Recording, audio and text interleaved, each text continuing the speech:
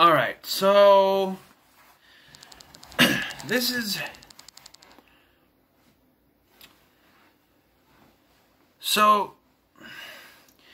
after Age of Extinction, I kind of, I was waiting for the next one to come out, and then the trailers came out. And they showed us Merlin and dragons and Excalibur and this staff. And I was just like, what are we doing? What are we doing with this? So, the one thing, and this is kind of going to be contradictive here.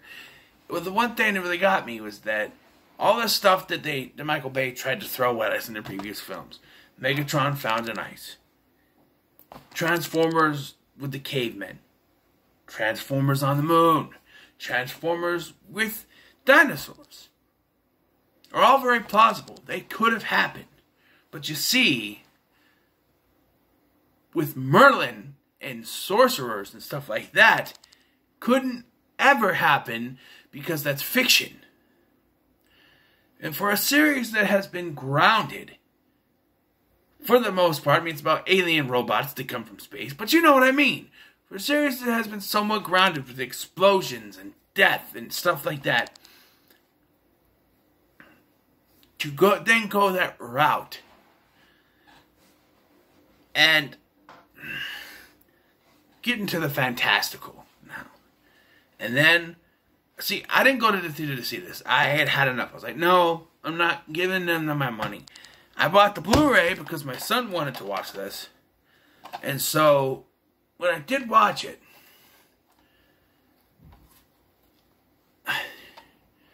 this is why it's contradictive. Because, I bought this, and I was like, you know what? I'm going to give it a chance because they can go a little fantastical. I'll give it a chance. I love the stories of Merlin and Excalibur and King Arthur and the Knights of the Round Table. I like that kind of stuff. First scene of the movie is Michael Bay telling us that Merlin was a fake, a fraud, and never had any powers. It was a staff from Cybertron that came to Earth that controls this robotic dragon. That's it. You had something. And I know I said I was against this, but if you're going to do it, go all in. Not show us in the trailer that you're going to do this, and then first scene of the goddamn movie, it's fake. He was fake, he was a fraud, there's no magic, no sorcerer. If you're going to go that route, and go that route, commit to it. Don't just lie to us in the trailers. And trailers lie all the time. I mean, remember when Incredible Hulk was in that fighting in Infinity War?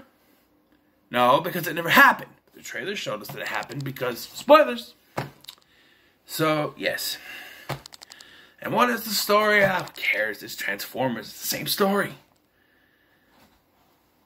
So, a little bit after the events of Age of Ultron, Tess is apparently in college. The boyfriend is not mentioned. And Kate Yeager is now on his own working in a junkyard, which is not different to where he was before. And Optimus has gone, at the end of the last film, Optimus decided to go back to Cybertron. He found it, and he finds Quintessa, supposedly the person who created. She's just supposed to be like one of the Quintessons, but I could be wrong. And she turns Optimus evil. And then we don't see him until the climax of the film. Optimus is not really in this film. It's mostly following Cade, this teenage girl played by Isabella Moner, or Mercad, whatever she is. And then we have Vivian, played by Star-Lord's mom. And she is the last Merlinian, because she is. She is the last descendant of Merlin. And so she's the only one that can control this staff. Make it stop what it's doing, stuff like that. And then you bring in Sir Anthony Hopkins. What is he doing in this film? He's an Academy Award winner, for God's sake. And he's doing a Transformers movie. And he's doesn't even do much in this film. He comes in to explain what's going on, which is a bunch of bullshit that Michael Bay made up when he was on crack. All of a sudden now there's a secret society called the Wiccans. There's a picture of Sam on the wall. He's going, or whatever, and it's just like, okay, if you had shown us this in the first film, or even the second film, that there was actually a secret society, that Sam found out his grandfather was part of a secret society, that'd be one thing. But you show us in the 5th movie in, Sam's not even a part of the story anymore, and now it's the Wiccans, a secret society that Michael Bay pulled out of his ass, basically.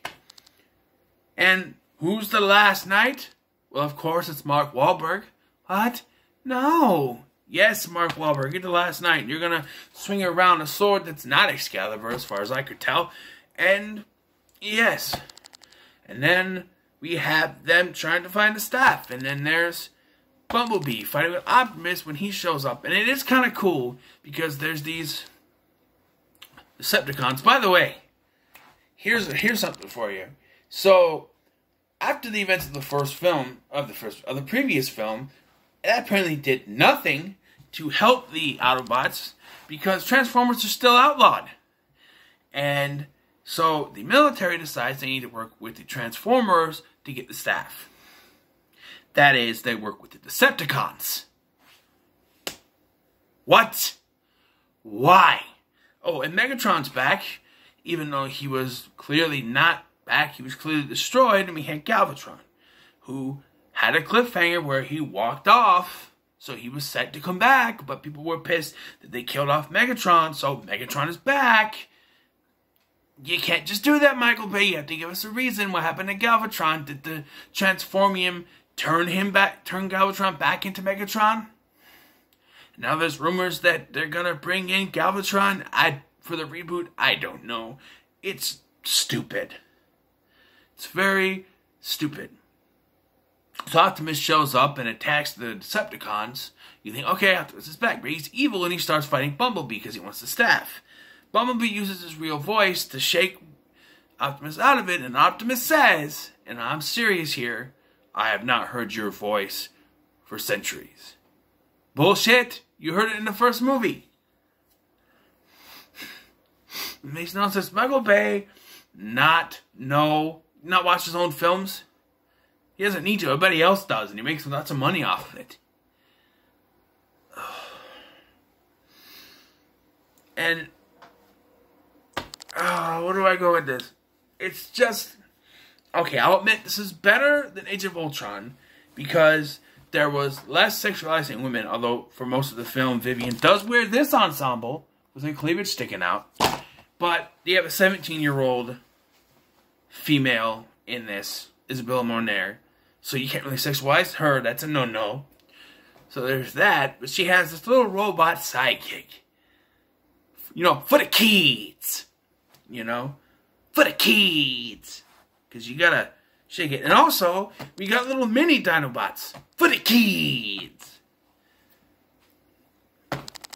Because the adults have given up. So it's now the kids that'll say, my mommy, I want to see Transformers. So Michael Bay knows what to do. He puts mini Dinobots. The kids will love them. He gets a robot sidekick to the teenage girl. The kids will love that. You know, he's trying to milk the money from the parents they're going to give to the kids. He knows what he's doing. He's trying to make money off of this. He's even gone on record of saying that it doesn't matter how much you complain, you're still going to watch it. And he's right. This movie, while not being as bad as Age of Ultron, is still not one of the good Transformer movies. Although it is one of the better ones, and it seems to me that it's really weird that the best ones go 1, 3, 5, and then Bumblebee is another good one. It's kind of weird. There is good action in this. Mark Wahlberg is not as, overprotective dad as he was in the last one, because he doesn't have to be. And, if they had went through with it, the idea of the Merlin stuff, that would be cool. You see Optimus riding the two-headed Transformer dragon thing, which is pretty cool, and he's got the sword, like on a, maybe not, kind of like this. With the sword, stuff like that. You got that. And the action is fine. Oh, by the way, Hot Rod is in this from the Transformers movie. He's voiced by Omar Sy, who is French. So they made Hot Rod French.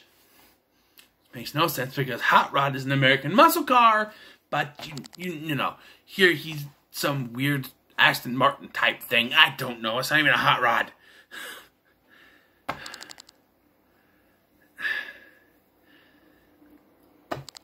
Oh, and Merlin is played by... I forgot the guy's name, for God's sake. It's Stanley Tucci. Why does that sound familiar? Because he was Joshua in the previous film, and he was supposed to supposedly play the role of Joshua in this, but no, he's Merlin, and that's his only cameo. Now, that would have made too much sense.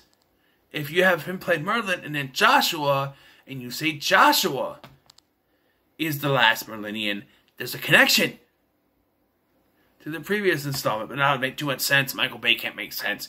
The explosions, boobs, and for the kids. It's just... Well, this is one of the better installments. It's still not a good one.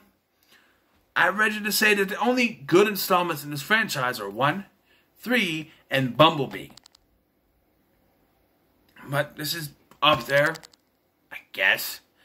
I'll give it a 6. It's decent. It's fine. If you want to entertain the kids, put it on. I'm sure they'll, get a kick out of it. There's some good action in it. Good explosions. Lennox is back. That's fine. It's fine. It's fine. It's fine. It's fine. Not much else to say, but it's fine. So, what did I say, 6? I already forgot. What are your thoughts on Transformers The Last Knight? I got one more to go, and then I can do a ranking and end this thing. I'm going to try to get Bumblebee out tonight. I don't know. Let's see where I am. Alright? Because what I want to do is I want to finish this Transformers, do the ranking, and then what I want to do leading up to February is just knock out a bunch of the cinematic journeys stuff before I go into birth month, which I'm still working on what I'm going to do for that month. We'll see. Plus, there's another movie called Checkpoint, starring Bill Goldberg and Kenny Johnson I want to check out. It's on Tubi. But I don't know if I'll get to that before February. So, that, who knows. But until then, make sure... Let me in the comments below what you think about Transformers The Last Knight. Thank you for watching. I've been Scotty. See you in the next one.